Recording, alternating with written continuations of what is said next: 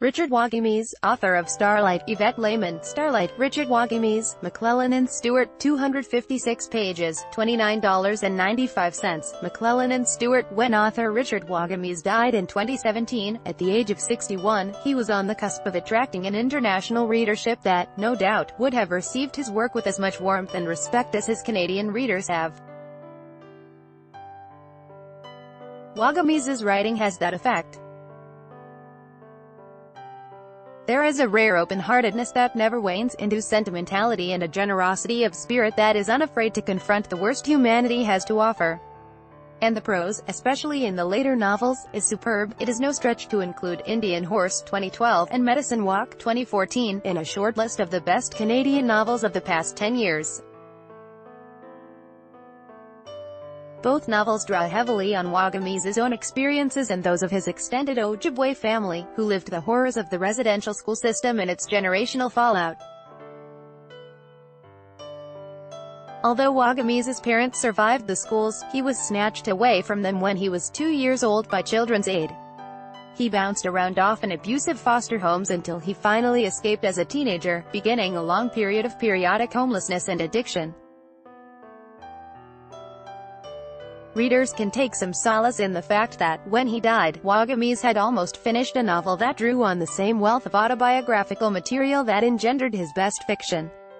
That unfinished novel, Starlight, has just been published, and despite a few missing chapters, it is a worthy addition to his oeuvre. Article continued below. Starlight picks up the story that began in Medicine Walk. At least a decade has passed since 16-year-old Frank Starlight helped his alcoholic father die and make a ragged peace with the son he abandoned. Frank has since taken over the farm in the BC interior left to him by the old man, the kindly white farmer who took him in as a boy. Frank lives a quiet existence of hard work and contemplation of the natural world with his good friend and hired hand Roth.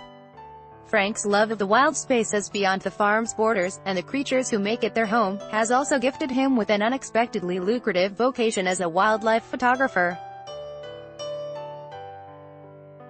The men's established routines are upset when Frank sees a mother, Emmy, and her daughter, Winnie, nabbed for shoplifting at the local grocery store.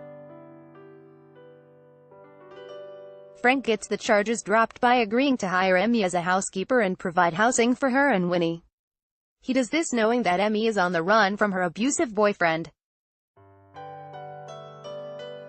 What none of them know is that the boyfriend, who Emmy seriously injured during her escape, has vowed to track her down and murder her. The novel's parallel narratives, Emmy and Winnie's new life on the farm in the wild spaces beyond, and the psychotic boyfriend's relentless quest for revenge, eventually merge, as they must. Wagamese's notes reveal how the last few chapters would have played out.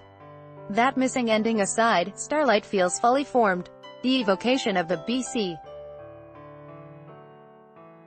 landscape is masterful and elegant, and Frank and Roth's masculine banter provides a fine comic counterpoint to the burgeoning romance between Frank and the emotionally shattered Emmy.